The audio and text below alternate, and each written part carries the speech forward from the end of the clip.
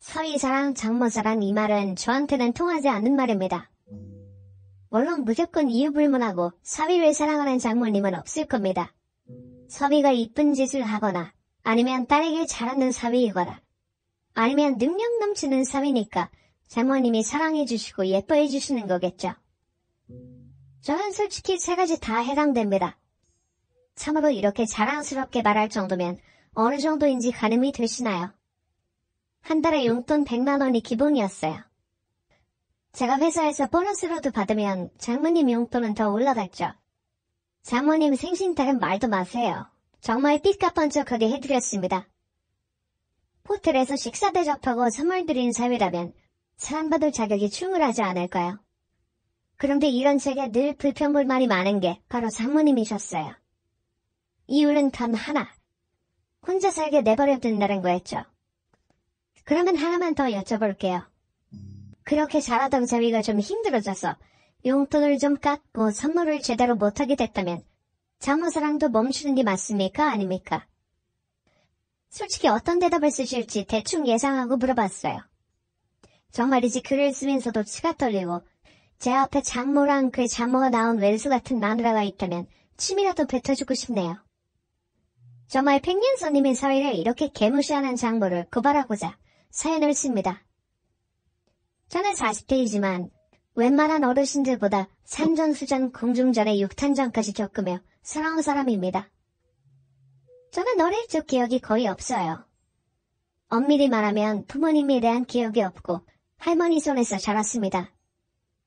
저를 낳아주신 아버지는 이미 제가 태어나자마자 다른 여자랑 눈 맞아서 집을 나갔는데 나중에 사고로 돌아가셨다고 하더군요. 그래서 저는 아버지 얼굴도 모릅니다.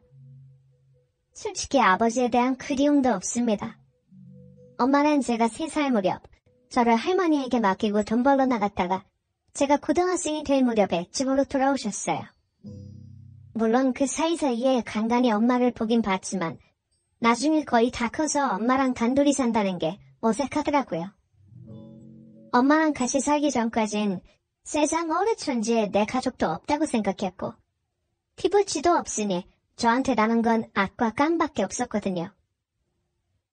그래서 말썽도 좀 많이 피우고 소위 말하는 불량한 애들하고도 어울린 적이 있습니다. 그런데 그게 참 허무하더라고요. 왜냐면 충격적인 장면을 목격했거든요. 저를 나쁜 길로 인도했던 친구놈이 흔히 말하는 나쁜 짓을 많이 하다가 한 방에 사고로 하늘로 가는 걸 본 후 얼른 정신을 차리게 된 겁니다. 게다가 할머니를 생각해서라도 저의 방황은 끝까지 갈 수가 없었어요. 왜냐면 할머니가 저를 키우시느라 너무 고생하셨기 때문이었습니다. 매일 밤마다 할머니가 저를 붙잡고 우시는데 저도 천성이 나쁜 놈은 아닌지라 그래도 조금씩 정신을 차리던 도중에 친구의 죽음을 목격하니 정신이 더욱 번쩍 들었던 거예요.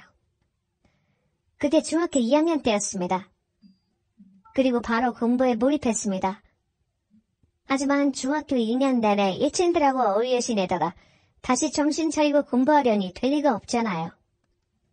그래서 드러난 게 눈치코치밖에 없었어요. 그래서 그런 눈치가 참 빨랐습니다. 누가 힘이 있는지 눈치껏 판단해야 했고 힘 있는 사람에게 잘 보여서 안전을 보장받아야 했어요. 안 그러면 늘 두들겨 맞았기 때문이죠. 그때만 해도 엄마 없는 자식이라고 손가락질하는 사람들이 많았고 주변에서도 제가 이제는 끈떨어질 연이란 걸 알았기 때문에 저를 괄시하고 무시했거든요. 조금만 허점을 보이면 애들이 저를 놀리고 귀찮게 했기 때문에 저는 힘을 키우거나 아니면 힘이 있는 사람에게 얼른 붙어야 했죠. 그렇게 고등학교 때까진 정말 공부만 하던 학창시절을 보냈습니다. 보통 이렇게 공부하면 영화나 드라마에선 서울대도 가고 미국 유학도 가던데 저는 천성이 공부머리는 아니었나 봐요. 정말 남들이 한 번 배우면 될 것을 10번, 20번을 해야 간신히 따라잡을 정도인지라 진짜 딱 중간 정도 공부밖에 못했죠. 그러니 자연히 고등학교 시절 내내 애들에겐 어정쩡한 위치의 아이로 기억됐어요. 양아치 기질이 좀 있긴 한데 딱히 그런 애도 아니고 그렇다고 열심히 공부는 하는데 성적은 중간급인 아이. 그게 딱 저였습니다. 그 와중에 엄마가 집으로 돌아오셨고 그 자체가 저에겐 또 다른 방황거리가 됐어요. 10여 년 넘게 엄마 품에서 자란 적이 없는데 이제 엄마랑 살게 되니까 너무 어색한 거예요. 그렇다고 우리 살림살이가 좋아진 것도 아니고 때때로 엄마랑 할머니랑 다투는 모습도 보게 되니까 저런 늘 마음속에 뭔가 응어리 같은 게 맺혀있게 됐어요. 자연히 학교에선 늘 웅크리고 다녔고 그나마 허덕인 채 공부해서 보기 좋게 지방 전문대에 합격했어요. 한자로 이름 석자도 못 쓰던 제가 지방 전문대에 합격하니까 그래도 조금은 자신감이 생기고 이젠 좀 뭔가 해보겠다는 의욕도 샘솟았어요. 그때 할머니가 펑펑 울시고 엄마가 저에게 양복을 사준 다음에 한방 웃음 짓길래 대학 합격했는데 무슨 양복이야. 내가 취직한 것도 아닌데. 이러면서 처음으로 엄마랑 마주보며 깔깔 웃었던 기억이 납니다. 그때부터 조금 엄마란 존재를 받아들이고 처음으로 엄마를 위하는 마음이 생겼던 것 같아요. 엄마는 저를 버리고 떠난 후 정말 전국을 돌아다니며 한바집에서 일하고 무슨 나이트클럽 주방에서 언니들 밥도 해먹이며 살았다고 합니다. 정말 온갖 고생은 다 하시며 돈을 모아서 계속해서 할머니에게 보내셨대요. 저는 그걸 모르고 있었고요. 그리고 그나마 살림이 조금 피니까 모든 걸 정리하고 할머니와 제 곁으로 오셔서 그때 배운 기술로 동네에 작은 수선가게를 여셨는데 이게 솜씨가 좋고 소문이 금방 나서 손님이 제법 많아졌습니다. 물론 그렇다고 해서 저희 집 생활이 풍족해진 건 아니었어요. 그냥 예전보다 먹고 싶은 거 사 먹을 정도가 됐다 뿐이지 늘 가난에 허덕였습니다. 문제는 등록금이었죠. 그래서 고등학교 내내 몸에 지니고 살았던 기질을 처음으로 발휘를 했습니다. 일단 당시에 대학교 근처에 있는 레스토랑 알바를 하면서 주인을 꾸덕여서 호객행 일을 했습니다. 그 가게 매출이 계속 줄고 있었거든요. 지금도 레스토랑 호객행위가 없는데 그 당시엔 말도 안 되는 상황이라고 주인은 저를 뭐라고 했지만 저는 눈치가 빨랐습니다. 그래서 왜 레스토랑이 장사가 안 되는지 금방 알아차렸거든요.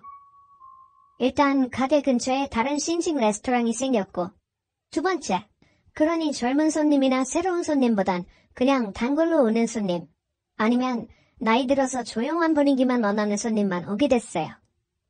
그래서 그걸 얼른 눈치채고 주인에게 제안을 했죠. 일단 젊은 손님들을 이벤트로 꼬셔와서 딱 일주일만 앉혀놓으면 여기에 젊은 손님들로 빡빡 찰 거예요. 메뉴판도 싹 바꾸고요. 제가 몇 번 설득하니까 주인도 마지못해 따라주더군요. 바로 지나가는 여대생들에게 쿠폰을 나눠주고 1시간만 창가에 앉아서 놀다 가라고 했죠. 대신 최대한 동작도 크게 웃고 움직여서 지나가는 사람 눈에 띄게 해달라고 부탁했어요. 아니나 다를까 여대생들이 창가에 앉아서 뭔가 이야기를 재밌게 하니까 지나가는 남학생들이 들어오고 그 대학생들 모두 여대생들이 들어오게 됐습니다. 사연히 메뉴도 당시 젊은이들이 좋아하는 걸로 준비를 하니 매상이 쭉쭉 올라갔습니다.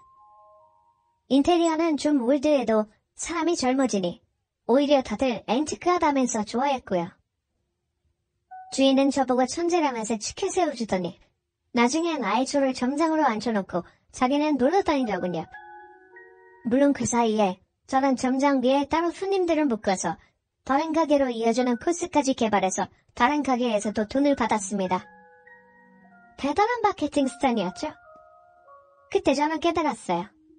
아, 내가 사람 마음을 금방 파악할 줄 아는구나. 내가 눈빛만 봐도 사람 마음을 아는구나 라는 걸 알았죠. 돈도 벌렸지만 일단 그때 대학 등록금도 해결하기 위해 아예 학교 동아리 회장도 짬짬이를 계획했죠. 학교에서 있는 축제 때 가도 판매, 즉 학교 축제거리 축제에 들어가는 주류를 싸게 대줄 테니 남는 돈은 나눠먹자는 제안이었습니다. 불법 아니냐고요? 솔직히 당시에 불법은 아니지만 도의상 문제는 되죠. 물론 지금은 이런 짓을 할래야 할 수 없지만 그땐 90년대 중반이라 가능했어요. 학생회장이랑 나누고 그 돈으로 저는 바로 또 회사를 차렸습니다. 나중에 아시다시피 닷컴 열풍이 불어서 거기에 저는 바로 투자를 시작했어요. 바로 저는 돈의 흐름을 눈치를 챈 거죠. 그리고 남는 돈으로 교내에 학생회사를 차렸어요. 청년 창업은 거의 국비 지원 가능하니까 판매책 만들어서 인터넷으로 판매하는 전략을 펼쳤죠. 남들보다 대가리를 빨리 굴리고 빨리 움직이니까 돈을 벌 수 있었습니다. 솔직히 공부는 뒷전이었죠. 다만 시험은 꼭 봤어요. 성적을 받아야 졸업이 가능하니까요. 물론 시험 볼 때 공부 좀 잘하는 애들 시켜서 대리시험도 치렀죠. 이렇게만 이야기 하니 온갖 나쁜 짓, 잔머리 굴리는 짓은 다 했습니다. 맞아요. 저는 착한 놈은 아닙니다. 하지만 그땐 돈을 벌려면 몸이 10개라도 모자를 들어서 대학 졸업장을 따기 위해 어쩔 수 없었죠. 그렇게 돈을 벌어서 저는 집도 사고 땅도 사고 그 모든 걸 30이 되기 전에 다 해놨는데 바로 거품이 터집니다. 바로 IMF였고 닷컴 붕괴로 2번 다 맞으면서 완전히 집안이 망하게 됐어요. 그때 울면서 저는 진심을 다해 기도를 했죠. 저를 다시 성공만 시켜주세요. 정말 다시 한 번만 성공을 시켜주신다면 나중에 절대로 한눈 팔지 않고 남에게 상처 주지 않고 다시는 나쁜 짓도 안 하겠습니다. 그리고 한 달에 한 번 꼭 불쌍한 사람들을 돕는 데 돈을 쓰겠습니다. 이 약속을 어길 시엔 제가 천벌을 받고 평생 고통 속에 살겠습니다. 딱 한 번만 저를 성공하게 해주세요. 약속을 평생 지키며 살겠습니다. 라고 매일매일 기도를 했어요. 집안이 망하니까 처음엔 저를 응원하던 어머니도 할머니도 저를 차마 못 보시더라고요. 제가 혹시나 나쁜 생각이라도 할까봐 노심초사하시면서 섣불리 힘내라는 말도 못한 채 저만 바라보시는 겁니다. 다시 일어서려고 부단히 노력을 했고 그러면서 저는 하루도 빠짐없이 사람을 만나고 공부하고 투자하고 연구했습니다. 할머니는 그 사이에 돌아가시고 엄마는 엄마대로 열심히 사셨지만 그게 잘 안 되더라고요. 그러다가 엄마는 아는 지인들과 함께 돈을 좀 버시겠다며 다시 지방에 있는 공사장으로 나가셨어요. 어찌 보면 제 인생에 어머니와 함께한 시간이 10년 정도밖에 안 되는 거였죠. 그러다가 당황의 시기를 겪었습니다. 그때 했던 짓이 나이트에서 삐띠로 살거나 아니면 어디 아가씨들 자동차 운전해주는 일을 하며 버텼어요. 사실 제가 할 수 있는 건 그런 거밖에 없었으니까요. 하지만 그때 많은 걸 배웠죠. 한마디로 말해 사람의 환심을 사는 기술 같은 거였어요. 사람은 생각보다 외모에 집착하고 말에 집착한다는 걸 배웠죠. 그때 아는 형님이 너 언제까지 반바람 맞으면서 이런 짓 하고 다니래? 어? 너도 이제 좀 그래도 번듯한 일을 해야지. 말도 잘하고 사람들 관심도 잘 끄니까 이참에 영업직을 해봐. 너라면 금방 일어설 거야. 이러시는 겁니다. 그래서 자동차 영업을 시작하게 됐습니다. 그것도 외제차로요. 여기도 함부로 들어갈 수 없는 곳이긴 한데 그 형님이 이래저래 힘을 써줘서 들어가게 됐죠. 하지만 입성이 어려웠지 한번 들어가니까 역시나 제 세상이었습니다. 그리고 저랑 너무 잘 맞았고요. 열심히 차를 팔러 다녔죠. 아니 어쩌면 차를 사러 오게 만들었습니다. 한 대 사간 사람이 다른 사람을 데려올 수 있도록 저는 정말 제가 할 수 있는 짓이라면 늘 다 했어요. 매일 출근할 때마다 냉장고 문을 열어보며 이런 말을 했습니다. 오늘 이 칸에다가 내 간과 쓸개를 놓고 간다. 이런 마음으로 저는 하루를 시작했죠.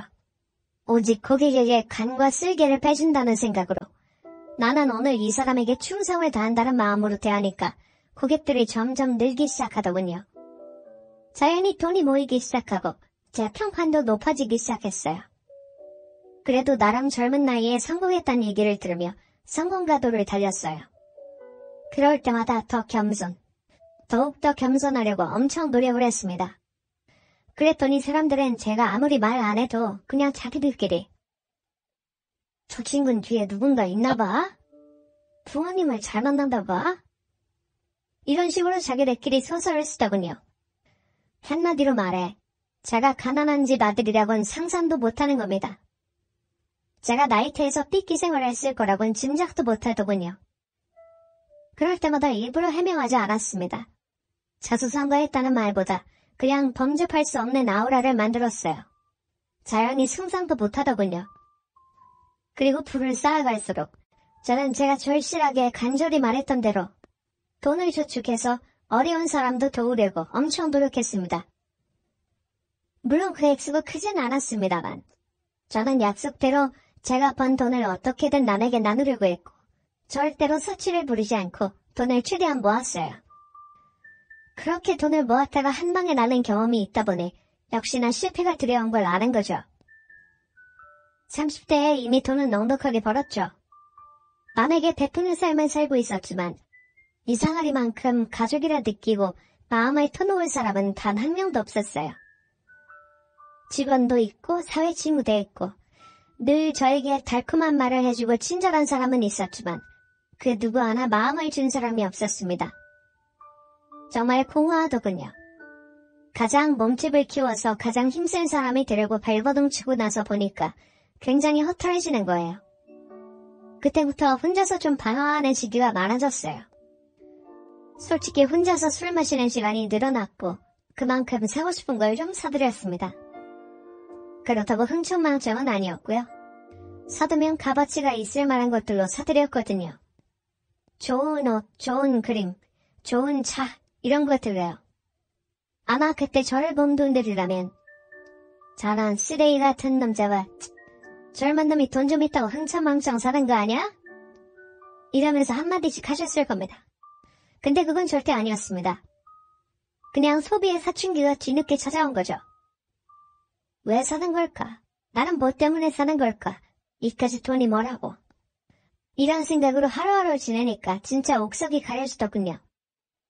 제가 비틀거리는 틈을 타서 저한테서 돈을 빼내려는 놈도 있고 저를 밟고 올라서려는 인간도 있었습니다. 눈에 뻔히 보이지만 모르는 척 몇 번 속아 넘어가기도 했어요. 그냥 아무런 의미가 없다고 생각했거든요.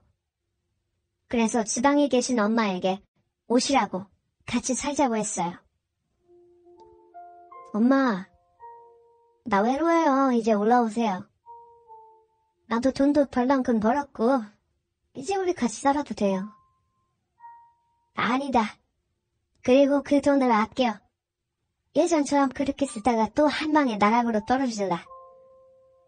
이젠 그렇게 안 써요. 나도 필요한 것만 써서 쓰고 있으니까 그냥 집으로 오세요. 아니야. 대신 좋은 여자 만나서 손주나 안겨주렴. 내가 이제 이 나이에 무슨 부귀영화를 누리겠니? 나는 이 동네에서 네가 보내주는 용돈으로 잘 보내고 있으니까 너는 좋은 여자 만나서 그 여자한테 잘해주렴. 계속 이러시는 겁니다. 제 마음이 정말 늘 찢어지게 아팠죠. 이렇게 돈 벌면 뭐합니까? 엄마에게 용돈을 넉넉히 보내드리긴 해도 제 마음이 허전하니 언제나 불만이 쌓였죠.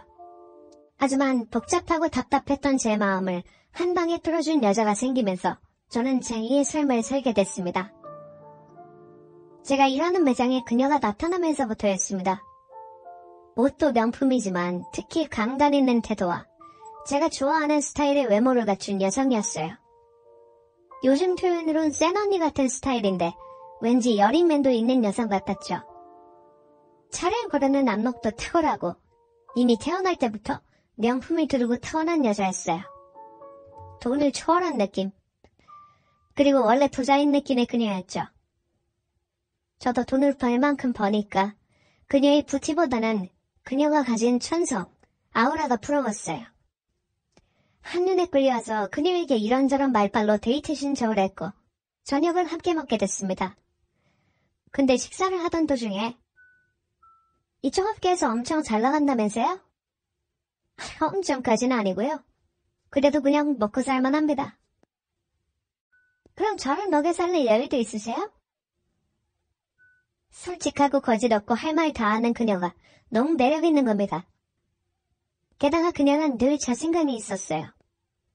그동안 만난 여자들은 마치 내 돈 빼다 쓰는 게 미안하다는 듯이 행동하면서도 귓구멍으론 몰래 빼다 썼거든요. 하지만 그냥 달랐어요. 나 가방 하나만 사줘요. 나중에 내가 돈 많이 벌면 갚을 테니까. 황당하지만 매력이 있었습니다. 참고로 그녀는 패션 디자이너였습니다.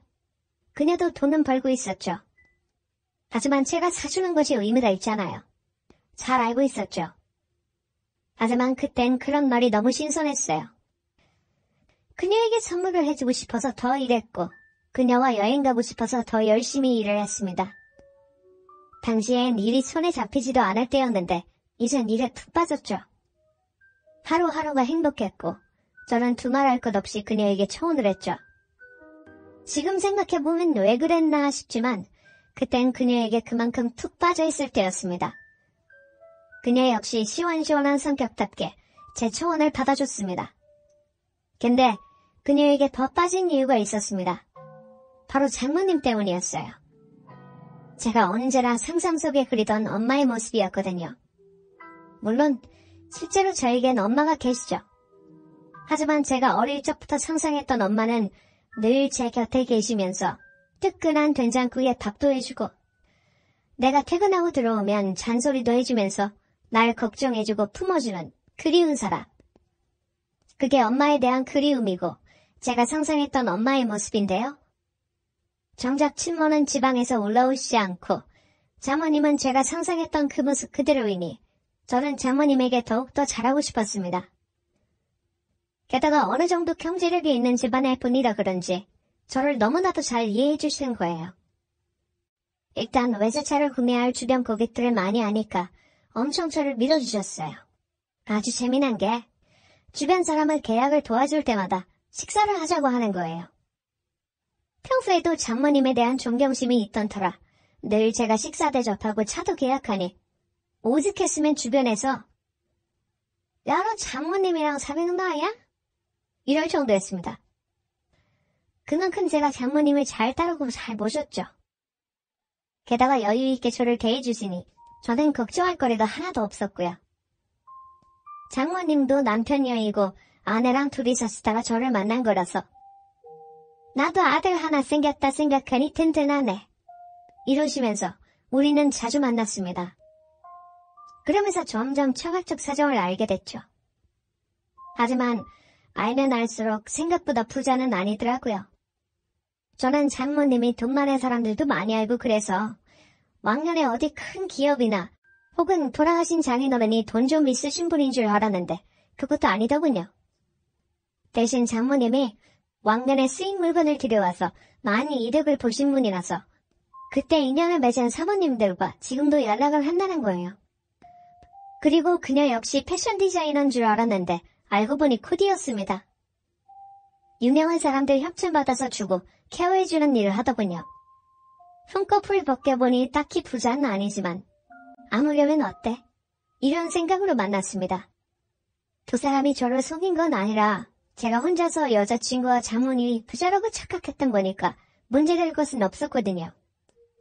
근데 여자친구가 추근대는 고객들 때문에 일을 관두고 놀게 되면서 제가 완전히 책임을 지고 싶더라고요. 그래서 저희 친어머니에게 이야기도 하지 않고 먼저 결혼식 날짜부터 잡아버렸습니다. 그녀는 무조건 오케이였고 장모님이 결혼을 승낙하는 순간 이제 진짜로 장모님이 되었습니다. 따로 예식을 올리진 않고 바로 서울에 아파트 하나 장만해서 살게 됐습니다. 드디어 가족이랑 울타리가 생긴 것 같아서 너무나도 행복했습니다. 제가 어릴 적부터 바라고 꿈꿔왔던 일이 현실이 됐으니까요. 아내가 해주는 따뜻한 밥을 먹고 날 닮은 아이가 퇴근길에 날 기다려주며 인자하고 마음 좋은 장모님이 저를 반겨주는 집. 그런 가족이 생겼다는 생각에 상상만으로도 행복했습니다. 벌어놓은 돈이 꽤 되는 터라 세 사람이 한 집에 살아도 크게 불편함도 없었어요. 이미 한번 돈을 크게 벌어본 경험이 있던지라 돈을 어떻게 쓰는 게 현명하게 쓰는 거란 걸 알기 때문에 일단 생활에 필요한 물건을 사서 쓰라며 아내에게 카드를 맡겼습니다. 물론 초반에야 좌충우돌하며 무계획으로 쓸 걸 뻔히 알고 있지만 점점 좋아질 거라 예상도 했죠. 그리고 뭐든지 넉넉해야 평화로워지잖아요. 장모님에겐 월 용돈 100만 원 드리면서 어머니, 하고 싶으신 거 다 하세요. 친구분들한테 신세진 거 있으면 이걸로 다 잡으시고요. 장모님은 너무 고마워하시더군요. 하긴 그럴만도 했죠. 장인어른 세상 떠나고 여자 둘이서 생활하는 게 얼마나 빠듯했겠어요. 어차피 돈이란 게 이럴 때 쓰라고 있는 거니까 저는 그동안에 서름을 갚으라는 의미로 용돈도 팍팍 주고 카드도 넘겼죠. 그때만 해도 그게 내 가족을 위하는 길이라고 생각했지만 지금 와서 보니 한마디로 말해 호구짓을 하기 시작한 겁니다. 매일매일이 외식이었고 호텔 레스토랑과 백화점이 거의 우리 집이라고 생각하고 살았네요. 강남 솔부까지는 아니지만 그래도 럭셔리하게 생활하게 해줬습니다. 장모님은 원래 우리 집에서 떨어져서 혼자 사셨는데 나중에는 거의 우리 집에서 살다시피 하시더군요. 아침에 일어나 보면 아예 아침 대바람부터 우리 집에 와서 식사하시고 밤늦게나 어기적거리며 가셨어요. 제가 빈말로 어머니 주무시고 가세요. 이러면 주저없이 그래도 되나? 이러실 정도였죠. 아내 역시 늘 장모님을 끼고 살며 여보, 우리가 엄마 모시고 살면 안 돼? 이런 말을 계속 해댔어요. 물론 저도 장모님과 아내가 행복해하는 모습을 보며 그게 바로 제 행복이라 여겼죠. 하지만 사는 건 다르다고 생각했거든요. 그래서 생활 환경은 철저하게 나누는 게 제 원칙이라 밝혔고 그렇게 따진다면 나도 시골에 계신 우리 엄마를 모시고 살겠다고 했습니다. 그랬더니 아내가 펄쩍 날뛰면서 그런 게 어딨어? 난 우리 엄마가 근처에 사는 거고 시어머니는 우리랑 멀리 살고 계시고 여기 서울에 오시는 것도 꺼려하시잖아. 이러면서 화를 내는데 그것 가지고 몇 번 싸운 적도 있었습니다. 그때마다 서로 달래고 화해하며 지냈습니다. 그게 신혼초에 서로 맞춰가는 것이라 생각했죠. 하지만 그런 생활이 오래가진 못하더군요. 저도 참 멍청했습니다.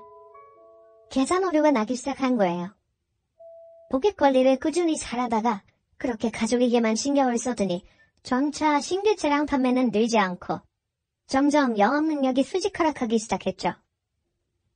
어차피 타고난 제 영업 능력이 있으니까 금방 회복될 거라 생각하곤 까불대다가 제대로 큰 코를 터친 거죠. 그래서 하루는 용돈을 좀 깎겠다고 장모님에게 말씀드렸습니다. 그리고 솔직히 돈이 예전만큼 벌리지가 않는다고 하소연도 했죠. 가족이니까 이해해주고 같이 동참해줄 거라고 생각했어요. 제가 참 순진했었습니다. 장모님은 저를 벌레 보는 눈으로 쳐다보더니 아이 이 지경인데도 그동안 뭘 했나? 그리고 돈을 안 주면 나나 우리 딸은 뭘 어떻게 먹고 살라고? 이러면서 저를 오히려 꾸짖더군요. 솔직히 제가 왜 욕을 먹어야 하는지 모르겠습니다. 그래도 일단 장모님의 말씀이니 묵묵히 듣고는 있었지만 속에선 뭔지 모를 울분 같은 게 울컥 올라오더군요. 어쨌든 제가 전성기 시절로 회복하려고 발버둥 치면 칠수록 경쟁자들은 이미 더 앞서가고 있었고 그만큼 수입은 줄어들었어요. 가져다 주는 돈이 적어지니까 아내와 장모님은 태도가 돌변하더군요. 내일 저만 오길 기다리던 두 사람도 이젠 저를 대하는 태도가 싸늘해졌고 심지어 장모님은 저녁 식사 도중에 제가 퇴근하고 오니까 돈 못 벌어오면 밥 얻어먹을 생각을 왜 해? 하면서 찬밥에 김치 하나 덜렁 차려주시더군요. 갑자기 화가 나는데 어쩌겠습니까? 저도 제 자신이 믿기지가 않으니까 스스로를 다짐하며 그래, 이럴 때도 있지. 내가 힘내자. 이러면서 오히려 저 스스로를 채찍질했습니다. 근데 잠시뿐이죠. 저도 사람인데 기분이 너무 역 같은 거예요. 그러던 어느 날 우연히 두 사람이 대화를 나누는 걸 듣게 됐습니다. 그날은 마침 저희 어머니가 오랜만에 서울에 볼일 때문에 오시게 됐거든요.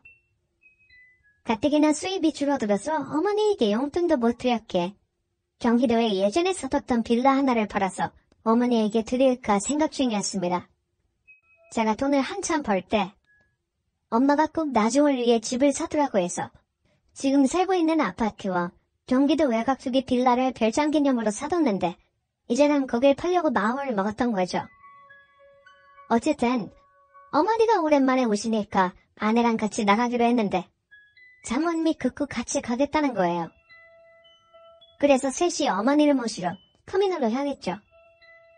근데 그날 갑작스레 폭설이 내리고 버스 도착이 지연되면서 저희도 어머니를 기다리다가 그냥 집으로 돌아가기도 애매하고 그렇다고 마냥 기다리기도 애매해서 어쩔까 생각 중인데 아내랑 장모님이 차 안이 답답하다면서 터미널 안에 가서 커피 좀 사온다며 둘이 나가더군요. 저는 차 유리로 떨어지는 눈을 보며 앞으로 어떡한다 이러면서 한숨을 쉬고 있는데 갑자기 아내에게 연락이 오길래 전화를 받았는데 말은 안 하고 뭔가 자동만 들리는 거예요. 딱 봐도 핸드폰 통화 버튼이 잘못 눌려서 전화가 걸린지도 모르고 아내가 떠들고 있는 것 같더군요. 전화를 그냥 끊으려고 하는데 희미하게 장모님 목소리가 들리는 겁니다. 그 옆에 나랑 오늘 경기도 갈 수 있겠어? 이렇게 눈이 오는데 그 집이 어딘지를 알면 좋겠구만. 그거 딱 보고 답 나오면 너가 그거 받아서 팔아버리면 딱인데, 그치? 순간 제 귀가 의심되더라고요. 이게 뭔가 싶었지만 일단은 제가 못 들은 척 어떻게 하나 두고 봤죠. 그리고 그날 어머니가 올라오시긴 했지만 이미 너무 지치신 터라 경기도에 있는 집으로 모시지 못하고 서울집에서 하룻밤 묵었습니다. 대신 장모님은 사부인 편하게 쉬시다 가시라고 저는 집에 좀 있다 오겠습니다 하면서 자리를 피해 주시더군요. 대신 아내가 이틀 정도 엄마를 보필했고 엄마는 편하게 서울에서 볼일 보고 내려가시면서 저에게 신신당부를 하셨습니다. 며느리가 생각보다 싹싹하고 좋긴 한데 너 절대로 병이 같은 거 함부로 넘겨주지 마라. 무슨 말씀이세요? 그냥 내가 느낌이 좀 그렇구나. 어쨌든 너가 함부로 명이나 재산 있는 거 말하지 마. 그냥 내 느낌이 그래. 대신 아내를 믿으면 다 공개하고. 엄마의 말씀이 계속 찝찝하긴 하더라고요. 그렇게 또 시간이 지났습니다. 그런데 이상하게 일이 또 꼬이고 제 매출이 더 떨어지면서 수입이 완전 바닥을 찍으니 이제는 집에서 거의 찬밥이 아니라 유령 취급을 하더군요. 제 생일날 아침에 조랭이 떡 하나 주면서 전무가 하는 말이 아휴 집에 돈이 없어서 이러고 사네. 이러는 겁니다. 저보고 엿먹으란 뜻으로 그렇게 하는 것 같았어요. 그래도 참았습니다. 생일떡 차려주는 것만으로도 감사해야 하는 건지 아니면 이런 취급을 받는 걸 억울해해야 하는 건지 참으로 말 다 한 거죠. 그때 겨울이었는데 보일러도 제 돈만 안 켜놨더군요. 대신 뜨끈한 방에선 아내와 장모님이 자고 있었고요.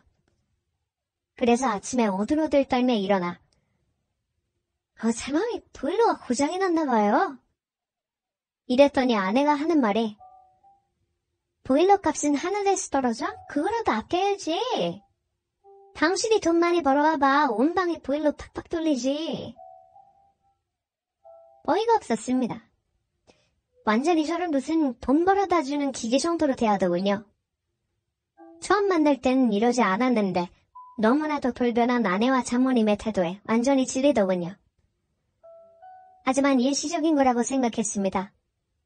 그리고 아직까진 믿을 수 있는 경기도 집이 있고 지금 이 집에 있으니까 버틸 수 있다고 생각했죠. 근데 제가 결정적으로 아내와 장모님과 완전히 이별을 해야겠다는 생각을 하게 된 계기가 생겼습니다. 나중에 보니까 아내가 어찌 알았는지 경기도에 있는 집을 팔자며 난리부르스를 치는 거예요. 물론 존재는 알고 있었겠지만 그게 정확히 경기도 어느 지역의 어느 규모인지는 제가 비밀로 했는데 어떻게 알아냈는지 징징대면서 오빠! 이 집이라도 팔아야 하는 거 아냐? 당장 먹고 살 돈도 없는데 이렇게 지낼 거냐고! 이러는데 저도 순간 욱하더라고요. 사실 매출 떨어졌지 회사에선 은근히 나가라고 눈치주지. 저도 다른 일을 알아보느라 스트레스 받고 있는데 아내까지 이러니 열이 받더라고요.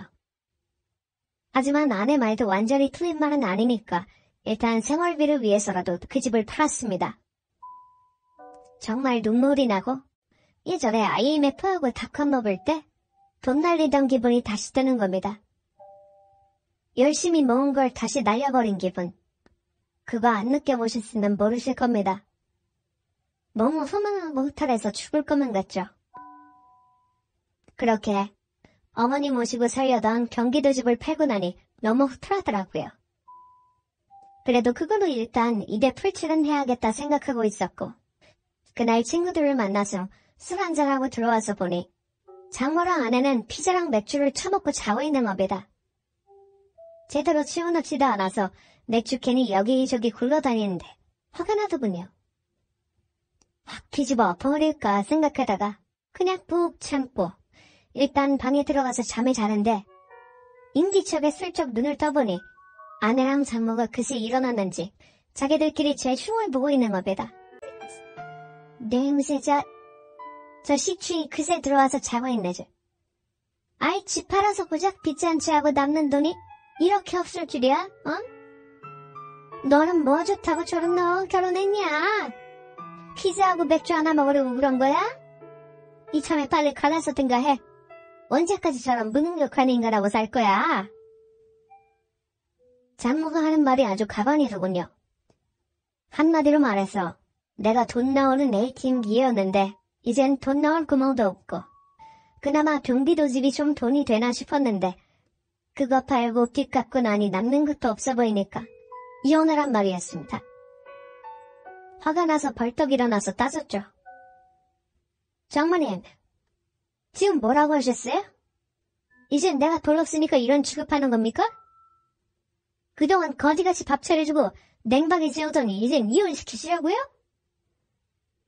제가 확 따지니까 장모가 처음엔 놀라서 어버버 하더니 갑자기 저에게 그러면 자네가 남편 노릇 제대로 했어?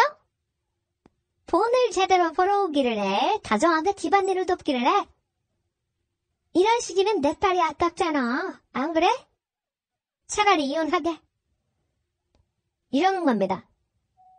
너무 열받아서 이혼하겠다고 저도 맞받아치니까 아내가 하는 말이 여보, 그럼 이 집 나한테 넘겨. 이러는 겁니다. 위자료로 집을 달라고 하더군요. 어이가 없어서 그렇게 못하겠다고 버티고 일단 나가라고 소리치고 언성이 높아져서 나중엔 경찰까지 출동했습니다. 일단 저도 일이 점점 커지니까 흥분만 해선 안 되겠다는 생각이 들어서 이성을 찾으려고 노력했습니다. 그리고 아내 뒤에서 투정하는 장모에 대해 좀 알아보기로 했죠. 나중에 뒷조사를 해보니 장모가 원래 돈벌레였고 돈 많은 사모들 귀중금이나 이런 거 팔아서 현금화해 주던 명동 환잔일을 좀 하던 손이었다는 겁니다.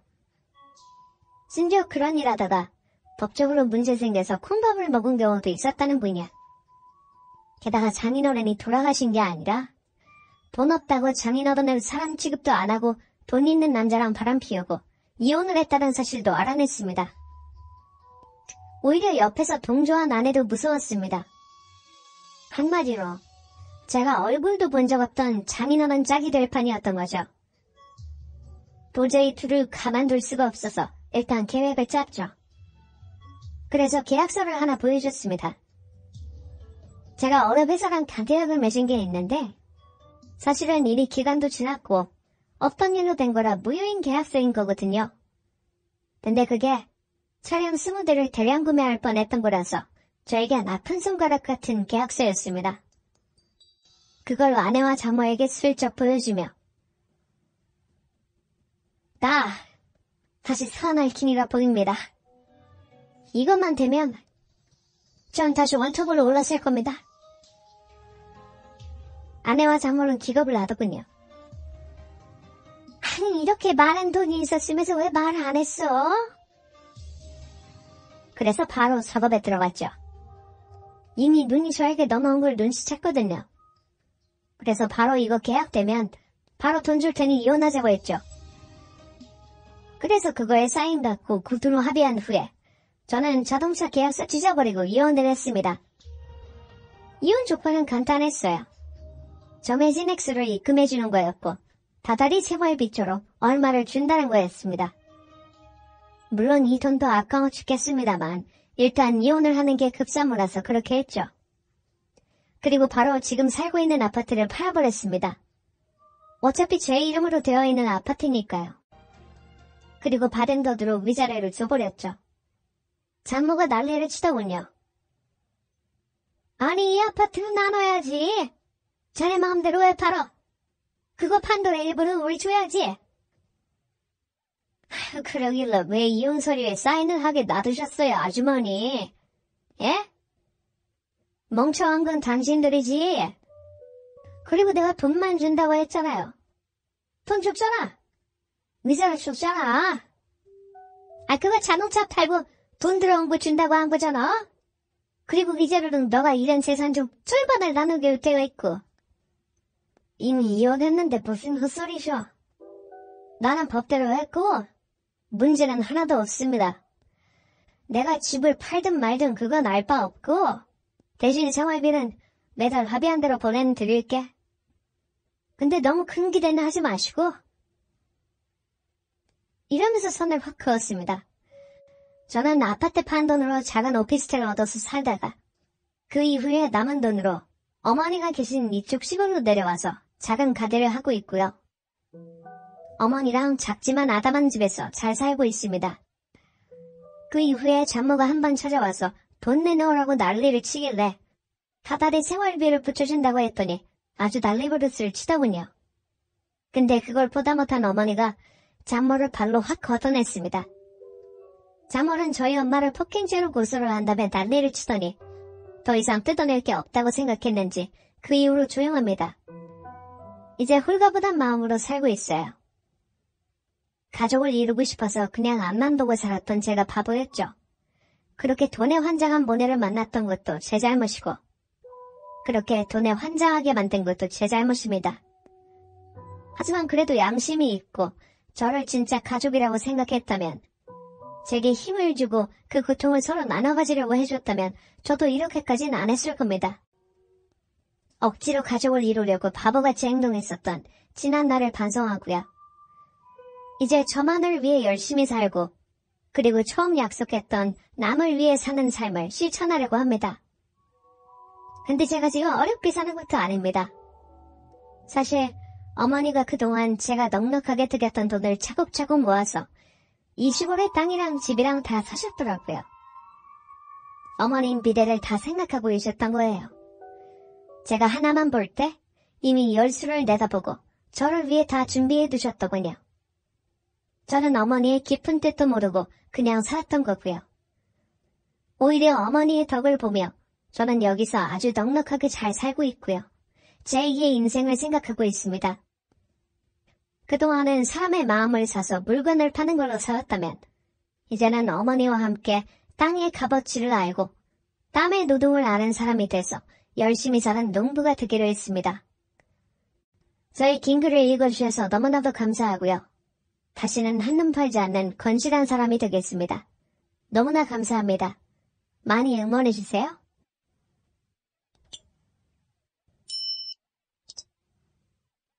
좋아요 누르는 거 잊지 않으셨죠? 바람난 사연 지금 시작합니다.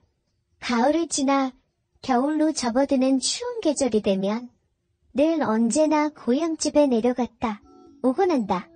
어머니가 잘 계시나 궁금하기도 하고 날씨가 추워지니 고향집에 손봐드릴 곳은 없나 봐야 하기도 때문이다.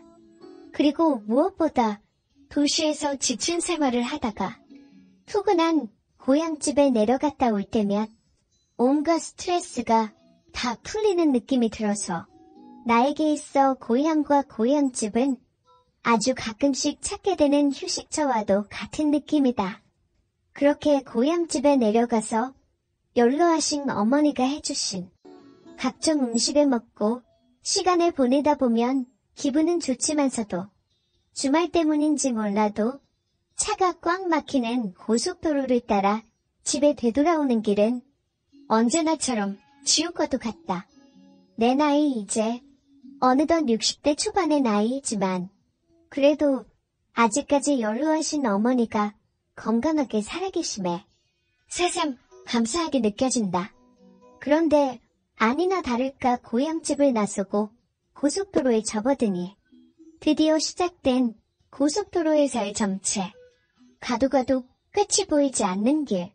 막히는 길을 따라 옆차들의 모습을 볼 때면 늙었건 젊었건 제각기 남녀 한 쌍이 부부처럼 같이 차에 탑승해 있는데 나만 이 나이에 혼자 차를 타고서 다시 혼자 지내는 집에 내려가야 한다는 게 내 자신이에요.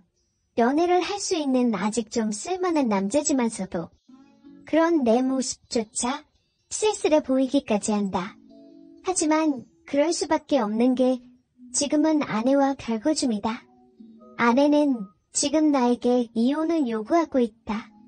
사실 바람이란 건 남자라면 한 번쯤은 키울 수 있는 거라고 생각하지만 아내는 나에게 한 번의 용납조차도 될 수 없다는 걸 몸소 보여주고 있는 것 같다. 그래서 그런가?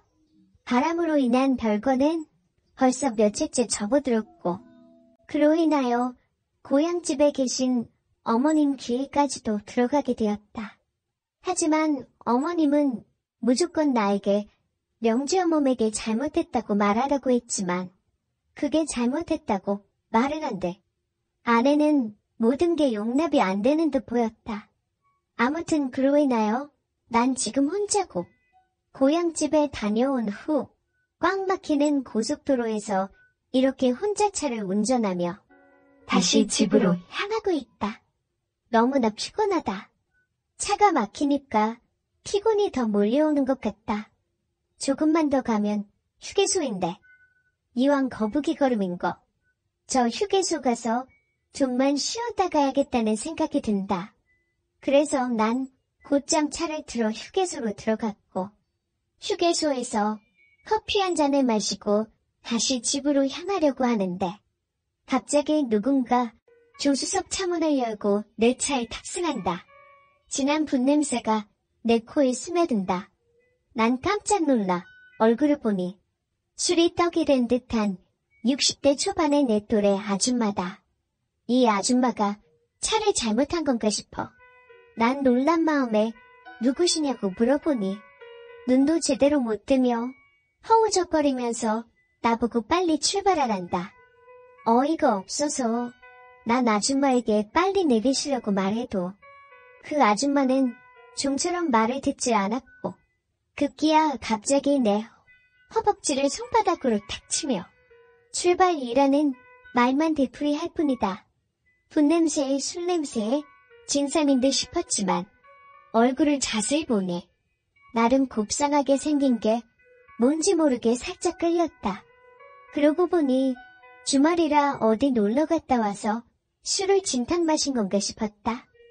난 다시 아줌마에게 차를 잘못 탔으니 내리시라고 말해도 좀처럼 말을 듣질 않는다. 이왕 이렇게 된 거 에라 모르겠다 생각하고 난 그냥 그 아줌마를 내 옆자리에 태운 채 고속도로 휴게소에서 출발을 했다. 그런데 걱정이다. 대체 이 아줌마를 어디서 내려줘야 할지. 그런데 이 아줌마 잠이 든 건지 눈을 감고 한참을 차창에 기대 있다. 그렇게 조금의 시간이 흐르고 차는 아직도 거북이 걸음으로 고속도로를 달리고 있던 중 이 아줌마가 갑자기 깨어나더니 나를 쳐다보며 놀랜다. 그러면서 대체 누구시냐고 말을 하길래 이 차 주인이라고 하니까 자기가 왜 이 차에 타고 있냐며 횡설수설하고 있다. 그래서 난 아까 아줌마가 술에 취해서 이 차에 탑승했고 내리라고 몇 번을 말해도 내리지 않아서 할 수 없이 태우고 가는 중이라고 말하자 이 아줌마가 갑자기 나에게 지금 어디서 수작이냐며 나이도 지긋하신 분이 여자 보는 눈은 있어가지고 어디서 수작질이냐고 말을 하고 있다. 난 너무나 어이가 없어서 수작이 아니라 그쪽이 내 차에 억지로 탑승한 거라고 말해도 이 아줌마는 좀처럼 믿어주질 않는다. 그리고 아줌마는 갑자기 가방에서 거울 하나를 꺼내들고서 화장을 이리저리 고치고 있다. 거울을 응시한 채 자기 어떤 모습까지 본 거냐며. 원래는 조신한 스타일이라면서 지금껏 자기가 실수한 거 있으면 당장 다 잊어주고 빨리 차를 세워주라고 말을 한다. 그래서 난 여기는 고속도로인데 어떻게 세워주냐고 말을 하니 아줌마가 다음 휴게소에서 그럼 세워달라고 말한다. 다음 휴게소까지는 20km 이상 남았지만 거북이 걸음으로 달리는 고속도로인지라 아무래도 다음 휴게소까지 1시간 이상 넘게 걸릴 것 같았다. 아줌마는 따분했는지 휴대폰을 찾아들고서 이것저것 만지길래 난 아줌마에게 그러지 말고 어서 일행들에게 전화라도 해보라고 말을 하자. 아줌마는 갑자기 머뭇머뭇거린다. 그러면서 하는 말이 사실 일행 없다면서 혼자라고 말을 하길래 혼자서 어떻게 고속도로 휴게소에서 술 마시고 내릴 수 있냐고 하니까 사실 남편이랑 같이 차를 타고 가는 중이었는데 휴게소에서 이혼했다고 말하는 거다.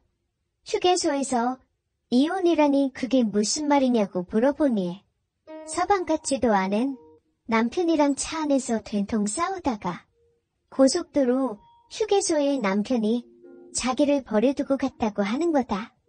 그래서 홧김에 미리 가방에 챙겨두었던 소주를 안주 없이 벌컥벌컥 마셔버렸다는 이 아줌마. 부부싸움은 칼로 물베기라고. 뭐 쉽게 끝날 일 아니냐고 물으니 그게 아니라면서 쌓이고 쌓여서 여기까지 온 거라고 그런다. 그러면서 나에게 아저씨는 바람 안 피우지 않냐면서 아무튼 바람 피는 남자들은 하나같이 거기를 없애버려야 된다며 갑자기 내 아래쪽을 쳐다보면서 의미심장한 말을 하는데 순간 뜨끔했다. 사실 아까 말했다시피 나도 바람 피운 죄로 아내와 결과주민이 말이다. 이 아줌마 허탄한 성격에 얼굴도 나름 곱상하고 그래도 제법 전 아이치고 관리도 잘한 듯 싶었다. 그래서 그런 거 아까부터 이 아줌마가 마음이 든다. 다음 휴게소가 제발 천천히 왔으면 좋겠다는 생각이 들 정도다. 그런데 어느덧 우여곡절 끝에 다음 휴게소에 도착했고 아줌마는 고맙다면서 내리라고 하려던 찰나. 난 나도 모르게 그 아줌마를 잡았다. 그리고 아줌마에게 어차피 여기서 타고 갈 차도 없지 않냐며 괜찮으시면 서울까지 같이 타고 가자고 하니까 아줌마는 그럼 그렇게 하자며 기다렸다는 듯이 내 차에 다시 올라탄다. 그런 뒤에 나에게 술 없냐며 아저씨는 운전해야 되니까 자기만 마시겠다고 말을 한다. 난 그래서 아까도 술 마셨다고 하지 않았냐고 말을 하니 아깐 소주고 이번엔 맥주가 마시고 싶다고 하길래 난 저번 낚시터에 가져갔다가 남기고 온 차 트렁크에 있던 맥주 한 캔을 꺼내서 그 아줌마에게 갖다 주었다. 그리곤 아줌마에게 이거 마시고서 기분 풀고 남편분과 다시 잘해보라고 말을 하자. 뭘 잘해보냐며 어차피 바람둥이 남편이라서 다시 잘해보고 싶지도 않다고 하는 거다. 그러면서 나에게 하는 말이 생각 같아서 자기도 한번 거창하게 바람 좀 피우고 싶다며 멍석도 깔아줬겠다. 나보고 갑자기 함께 바람 피우는 건 어떠냐고 제안하는 이 아줌마. 너무나 어이가 없었지만 나야 뭐 마다할 게 없었다. 그래서 난 순진한 척 그 바람 대체 어떻게 피우면 되는 거냐고 하니까 갑자기 아줌마가 내가 건네준 맥주를 한 모금 크게 들이키더니 휴게소 차 안에서 내 오른손을 쓱 만진다.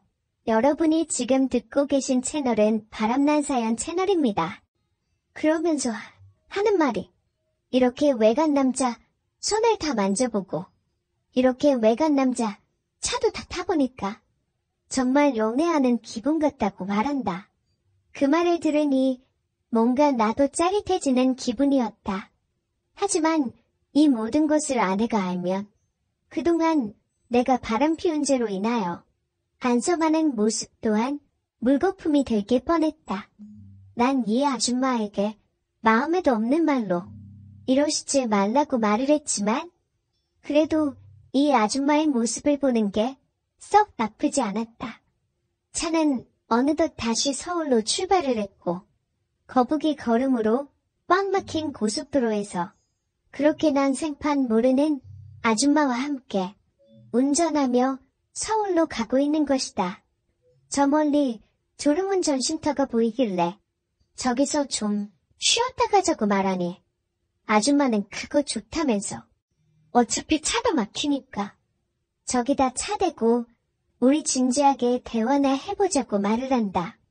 그리하여 졸음운전 쉼터에서 우리는 차를 대놓고 이런저런 얘기를 나누고 급기야 건 어떻게 생각해? 라고요. 여기서 시아버님이 종료를 받으셨는지 큰 소리로 호통을 치셨습니다.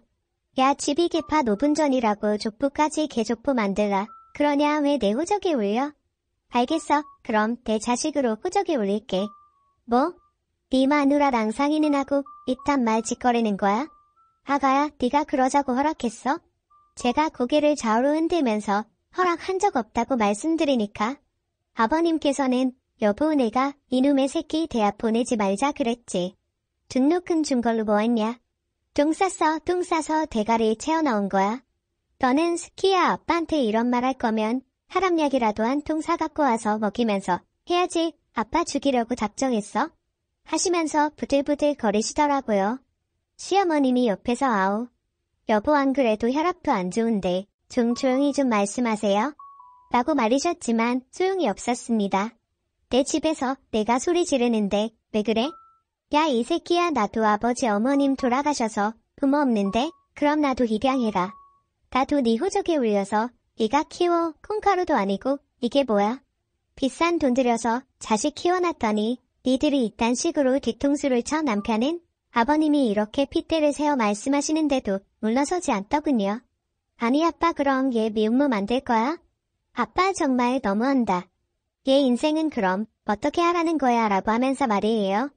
아버님이 뒷목을 잡으시며 아이고 우리 아드님 자랑스럽게 말하시네요. 네 마누라가 무슨 죄냐? 네가 지금 네 마누라 앞에서 여동생을 감싸고 돌아 야이 차 없는 거다 이렇게 말씀하시니까 신우가 갑자기 눈물을 툭툭 흘리면서 아빠 정말 너무해. 너무한다고 하면서 소리소리 질러댔어요. 아버님께서 그 모습을 보시고는 야 너 어디서 질질 짜고 난리야? 내가 그래서 너애 가졌을 때 지우라 했어. 안 했어? 그리고 네 새언니랑 너랑 동갑이야. 네 새언니가 부모냐? 라고 말씀하신 후에 제 남편을 보고 내가 아직도 사돈 보기 미안한데 너 처가에 이 소리 했어? 안 했어? 라고 물으시더군요. 남편이 모르셔요. 말 안 했어라고 하니까 말했으면 내가 더 호적에서 파고 입양 보냈어. 너니 마누라 보기 부끄럽지도 않냐? 이래서 남자놈들은 입 닥치고 집에 돈만 갖다 줘야 돼. 너는 네 마누라 앞에서 대가리 확 쳐박고 살아. 아버님은 이렇게 말씀하신 후 아주 한심하다는 듯한 표정으로 신우를 보시면서 이렇게 말씀하셨어요. 그리고 너는 네 자식 네가 키워 네 호적에 올려서 네가 키워 시집을 가든 못 가든 난 모르니까 네가 알아서 다 책임져. 한 번만 더 입양 소리 있다가는 너그 아빠 농약 먹고 향냄새 맡으려니깐 그런 줄 알아? 그런데 아버님 말씀이 끝나자마자 누가 이상한 말을 하기 시작하는 겁니다. 오빠가 책임져야지. 오빠가 책임지기로 했잖아. 오빠가 책임져. 오빠가 책임지라고. 오빠 때문에 가진 거잖아. 이렇게 이해하기 힘든 말을 하면서 남편 바지가랑이를 잡고 우는 게 아니겠어요? 남편은 당황했는지 야, 너 무슨 말을 하는 거야? 나 때문에 가진 거라니 라고 말하면서 제 눈치를 보더군요. 오빠 때문이잖아. 오빠가 입양해서 오빠가 키워 신우는 계속 이 말만 반복하며 지칠 때까지 울어댔습니다. 그러다가 갑자기 배가 아픈지 소리를 지르면서 바닥을 뒹굴거리더니 아버님은 구급차를 불러달라고 하는 겁니다. 병원에 실려가던 중에 양수가 터졌고 신우는 예정일보다 조금 더 일찍 아이를 출산하게 됐어요. 다행히 산모도 아이도 건강했습니다. 아이를 낳을 때 신우가 굳이 저희 남편한테 오빠가 옆에 있으라고 하더라고요. 그래서 저희 남편 연차까지 떼서 신우가 아이를 낳을 때까지 옆에서 함께 있어줬네요. 출산하고 산후조리 제가 다 해줬어요. 시댁에선 조리원 보내자고 했는데 아가씨가 굳이 저한테 조리를 받고 싶다고 하더라고요. 남편도 저한테 아기 아빠도 옆에 없는데 조리원에 있으면 편하긴 해도 우울증만 더 심해질 거 아니야. 우리가 우리 집에서 조리해주면 안 될까? 나도 도울게라고 했고요. 거절하기도 그렇고 남편 말이 틀린 말이 아닌 것 같아서 저희 신혼집에 데려와서 한 달 동안 미역국도 끓여주고 사골도 끓여주고 열심히 챙겨줬어요. 신우가 집에서 산후조리하는 기간 내내 남편은 회식도 빠져가면서 집에 일찍 들어와 아이를 씻기고 신우를 챙기더라고요. 남편 말로는 제가 혼자 조리해주는 게 힘들까봐 그런다고 했지만 제가 보기엔 꼭 본인 아내 출산하고 도와주는 남편으로 보였습니다. 아기에게 눈을 못 떼는 아가씨를 보니 그래도 모성애는 있구나 싶어서 안심이 되더라고요. 이제 보니 오빠한테 입양하라고 할 일을 넣겠구나 해서 말이죠. 실제로 아이를 낳고 나서는 제 남편에게 책임지라는 말을 하지 않더군요. 다만 신우는 아주 결심이라도 한 듯 저를 부려먹었습니다. 제 남편 앞에서도 대놓고 저를 하인처럼 이거 가져와라, 저거 가져와라 시키더라고요. 심지어 물 한 잔도 본인 손으로 따라 마시지 않았고요. 처음에는 내 낳느라 힘들어서 그런가 보다 하고 하나하나 다 들어줬는데 나중에는 진짜 도를 넘더라고요. 그래도 한 달만 참자 생각하면서 한 달간 산후조리를 해줬고 신우는 다시 시부모님이 사시는 시댁으로 들어갔네요. 시어머님 직장 다니면서 시할머니 모시고 비 맞추시면서 엄청 고생하셨다 들었어요. 직장 생활하고 주말에 쉬고 싶은데 수발 드느라 친정이 같은 지역인데도 주말에 친정 한 번 못 갔다는 말씀에 저는 너무 안쓰럽기도 하고 같은 여자로서 며느리로서 저는 절대로 그렇게 못할 것이기에 대단하다는 생각도 들었어요. 허나 시어머니는 가부장적인 면이 전혀 없으셨어요. 저 처새 임신했을 때 아들을 원하실까봐 부담스러웠는데 아들이든 딸이든 본인은 좋다 하시면서 몸조리만 잘하라고 하시더라고요. 제 첫 임신 소식을 듣고 신우는 원래 시집 왔으면 대를 이어야 하는 거 알죠? 제 아들이 있으니까 우리 집에 돼 있는 건 걱정하지 않아도 돼요라고 하더이다. 이 말이 아직도 잊혀지지 않는 이유는 그 말이 안 되기 때문이었어요. 보통 아들이 아들을 낳았을 때 그 집안이 대를 이었다고 하지 않나요? 딸이 낳은 아들인데 대를 본인 아들이 이었다고 말하니까 이상한 거예요. 그래서 제가 신우한테 말했습니다. 아가씨가 낳은 아들은 대를 잇는 게 아니지 않아요? 라고 물었어요. 그랬더니 모르면 가만히 있어요 라는 말을 하는 겁니다. 뭘 모르면 가만히 있어요 라고 하니까 저를 보고는 이상한 웃음을 짓더군요. 그때 남편 놈이 옆에서 한 말이 더 어이가 없었어요. 그냥 한 말이겠지. 뭘 그런 말을 신경 쓰고 있어? 요즘 시대의 남녀 구분이 어디 있어? 라고 오히려 신우를 두둔했습니다. 어느 날은 어머니는 부엌에 계셨고 신랑이랑 거실의 소파에 앉아 얘기를 나누고 있는데 신우가 신랑 다리를 갑자기 발로 차면서 와 진짜 보자 하니까 열받네. 새언니 진짜 너무하네요. 어디서 감히 며느리가 시어머니 또한 앉아있는데 앉아있어요 라고 하더라고요. 정말 깜짝 놀랐습니다. 그 당시 둘째 만사 때라서 앉아있기도 힘들 때였거든요. 그걸 보던 아버님이 화가 나서 야 진짜 미쳤나? 어디 새언니 앞에서 라면서 소리를 지르냐? 그러자 신우는 갑자기 또 펑펑 울면서 저를 쏘아보더니 이런 말을 하더라고요. 언니는 정말 좋겠어요. 아빠가 임신 초기부터 만삭 때까지 이렇게 항상 옆에 있어줘서요. 그러더니 제 남편을 보면서 진짜 그러는 거 아니야?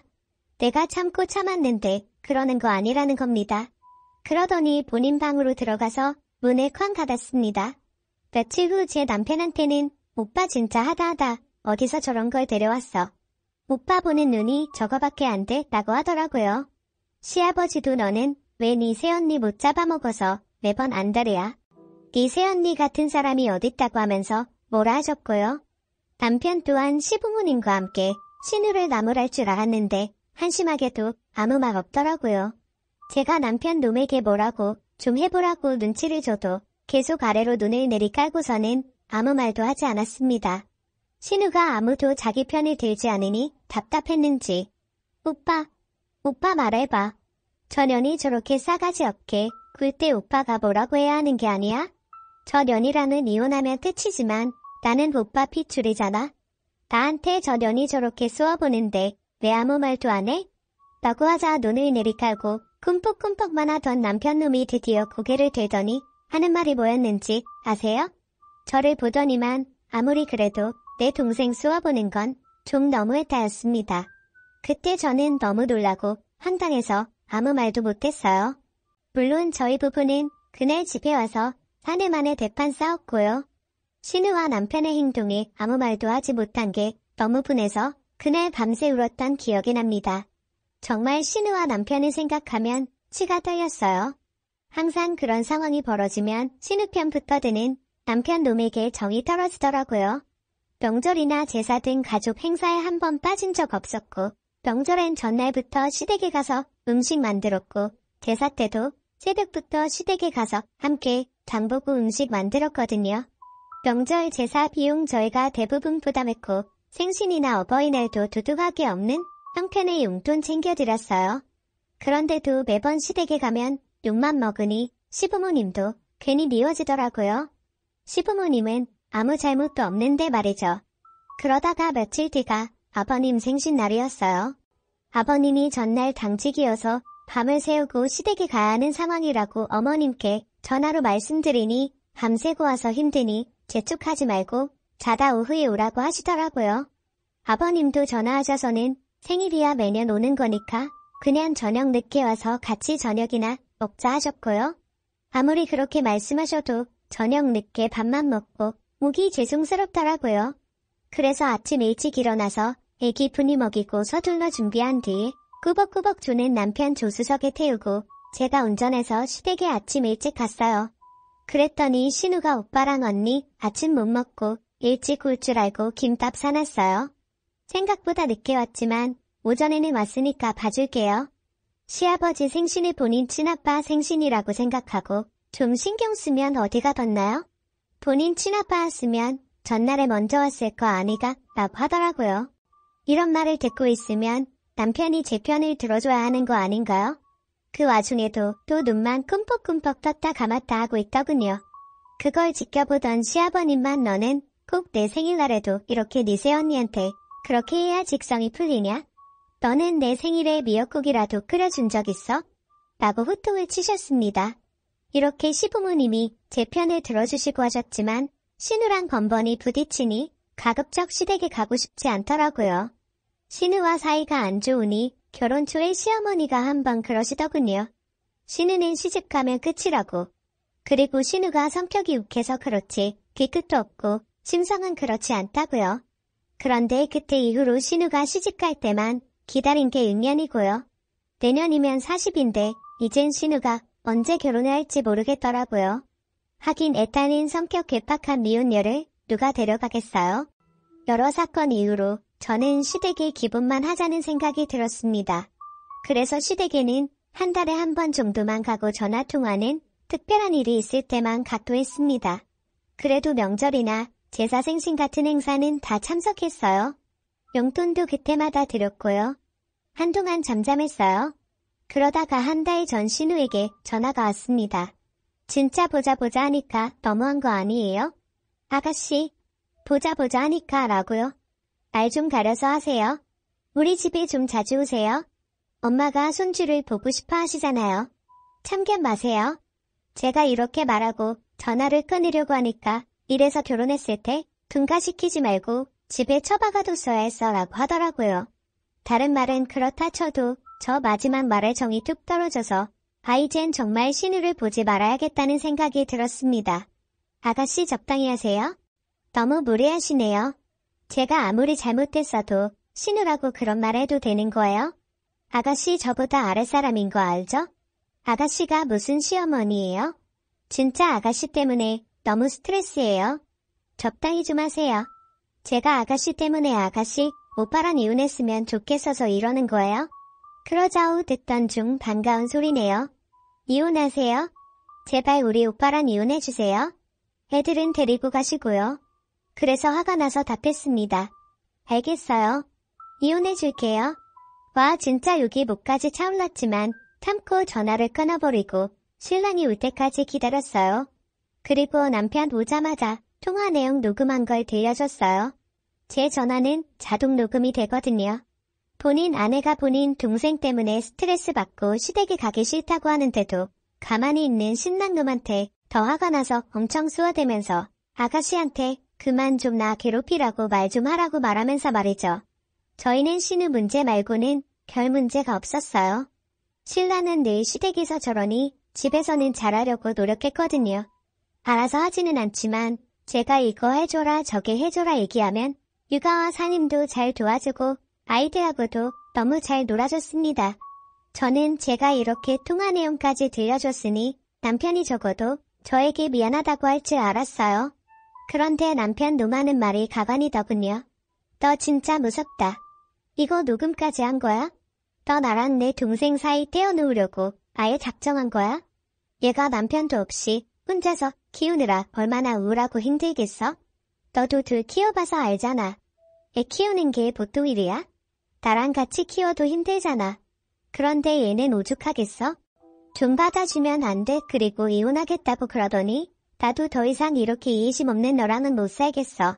나 오늘부터 본가에서 잘 테니까 그런 줄 알아라고 하더니만 짐을 싸고 나가버렸습니다. 울면서 시부모님께 상황을 말씀드리니 본인 아들놈 집에 들어오면 다리 몽둥이를 분질러 버리겠다고 하면서 진정하라고 하시더라고요. 그러더니 한참 뒤에 시부모님한테 다시 전화가 왔어요. 제 남편이 집에 와서 당장 다시 집에 들어가서 마누라한테 빌려고 하니까 신우를 데리고 집에서 나갔다고 하더군요. 어이가 없었습니다. 본인 마누라랑도 자식 버리고 본인 여동생을 챙기는 남자가 세상에 어디 있습니까? 남편에게 아무리 전화를 해도 받지를 않았고 신우 역시 아무리 연락을 해도 받지 않더군요. 친정에 아이 둘을 잠시 맡기고 시댁에 갔더니 본인들이 자식들을 잘못 키워서 일이 이렇게 됐다면서 미안하다고 저한테 울면서 말씀하셨습니다. 그 옆에서 신우이 아이가 펄건 눈으로 저희를 바라보고 있더라고요. 시댁에서 나와 남편 놈이 어디에 갔을까 아무리 생각을 해봐도 떠오르는 장소가 없었어요. 친정에는 아이를 하루만 더 맡기겠다고 말씀드리고 잠도 못 자고 어떻게 해야 한다 내내 생각을 하다가 아침이 되자마자 남편 직장으로 찾아갔습니다. 남편 직장에 찾아갔더니 남편이 오전 반차를 써서 오후에 출근하기로 했다고 하더군요. 어차피 집에 가봤자 잠도 못 자게 뻔해서 남편 회사 앞에 있는 카페에서 내내 커피를 마시면서 남편이 출근할 시간만 기다렸습니다. 남편 출근 시간이 되니 회사 전문으로 남편 놈이 들어가는 게 보이더라고요. 저는 바로 회사로 들어가서 남편 놈에게 따지려다가 순간 남편 차 내비게이션에 남편과 신우가 숨어있는 장소의 주소가 찍혀있지 않을까 하는 생각이 스쳤습니다. 그래서 항상 지갑에 가지고 다니던 남편의 차 스페어키로 남편 회사 주차장에 있는 남편 차문을 열고 내비게이션을 살폈어요. 허나 집과 회사 말고는 그동안의 정보들이 다 지워지고 없더군요. 마치 제가 몰래 내비게이션을 살펴볼 것을 예상했다는 듯이 말이에요. 블랙박스도 살펴봤지만 내리기 직전에 모든 정보를 지웠는지 아무것도 녹화되어 있지 않았습니다. 너무 이상했어요. 그런 행동은 바람 피우는 사람들이나 하는 행동이잖아요. 결국 저는 차 렌트 업체에서 경차 한 대를 렌트를 했고 남편 차가 주차돼 있는 주차장에 숨어서 남편의 퇴근을 기다렸어요. 평소보다 일찍 퇴근한 남편 놈은 뭐가 그리 급한지 뛰어서 차를 타고 어디론가 출발하더군요. 저는 바로 남편의 뒤를 따라갔습니다. 남편 놈은 회사 근처에 있는 모텔로 들어가더라고요. 거기에서 신우랑 생활하는구나 싶어서 신우 머리채라도 잡고 남편 놈 싸대기라도 때릴 생각으로 남편 2차에서 내리자마자 저도 따라 내렸어요. 남편 놈은 뭐가 그리 급한지 뛰어서 2층으로 올라가더라고요. 남편 놈을 따라 신발을 벗고 발자국 소리가 들리지 않게 바로 그 뒤를 따라갔습니다. 2층에 올라가니 한 모텔방 문이 닫히더라고요. 그 방인 것 같았어요. 그 방 앞에서 한참을 서 있었는데 배달의 민족 배달원이 그 방에 피자를 배달하더라고요.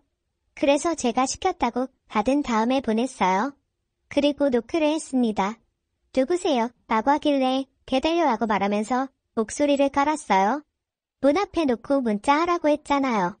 라고 온갖 성질을 내면서 남편 놈이 말하면서 바로 문을 열더군요. 저는 그 열린 문 사이로 바로 비집고 들어갔어요. 남편 놈 싸대기라도 갈기려고 말이죠. 그런데 세상에 남편 놈이 샤워 가운만 걸치고 있는 게 아니겠어요? 그리고 내부의 침대 위를 봤더니 신우가 이불로 몸을 가린 채로 저를 보고 놀란 표정을 짓고 있었습니다. 둘이 뭐야? 라고 물으니 뭐긴 뭐야. 피자 먹으려고 시켰어. 누가 그걸 물었어? 너는 왜 샤워 가운만 걸치고 있고 저녀는 왜 저러고 있는데? 내가 이렇게 소리를 질러대니까 갑자기 신우라는 여자가 미친 듯이 막 웃어대더니 아직도 눈치 못 챘어 하는 겁니다. 뭘 눈치 못 챘다는 거야 라고 하니까 내 자식이 왜 우리 집 대를 이었다고 한 건지 아직 몰라? 내 자식이 네 남편 자식이야 라는 겁니다. 제가 너무 놀라서 남편 놈을 바라보면서 이게 무슨 말이냐고 하니까 아니야 라고 하더니만 갑자기 무슨 이야기를 더 하려고 입을 열려고 하는 신우 입을 연신 막아대는 게 아니겠어요? 너무 화가 나서 남편 놈과 신우의 모습을 영상으로 찍어 바로 시댁 어른들께 전송하면서 모텔 주소와 호수도 남겼습니다. 혹시라도 확인 안 하실까봐 전화까지 걸어서 카톡 지금 좀 확인하시라고 했어요. 제가 이렇게 나오니까 남편 놈이랑 신우이 저한테 달려들어서 핸드폰을 결국 뺏고 던져버리더군요. 그리고 저는 그 방에서 내쫓겼습니다. 그리고 얼마 안 지나 시부모님이 들이닥쳤고 그들은 절대 문을 열어주지 않더군요. 내가 지금 이 영상 바로 남편 회사에 전송하겠다고 협박을 했습니다. 그제야 문을 열어줬는데 시부모님이 들이닥친 걸 알았는지 양심은 있는지 외출복으로 갈아입은 상태더라고요. 아가씨가 변명이라고 한 마리 가반이었습니다. 아빠 엄마 진짜 오해야. 오빠가 일찍 퇴근할 줄 모르고 씻고 바로 옷 입기 귀찮아서 자고 있었는데 오빠가 일찍 퇴근했더라고. 난 계속 자고 있었고 오빠는 나 깰까봐 조용히 씻고 나오는 중이었는데 새언니가 들이닥친 거야. 이런 말도 안 되는 변명을 하길래 아버님이 그렇게 단단하면 너네 핸드폰 내놔라라고 하셨어요. 그런데 죽어도 핸드폰은 못 내놓는답니다. 차라리 죽이랍니다.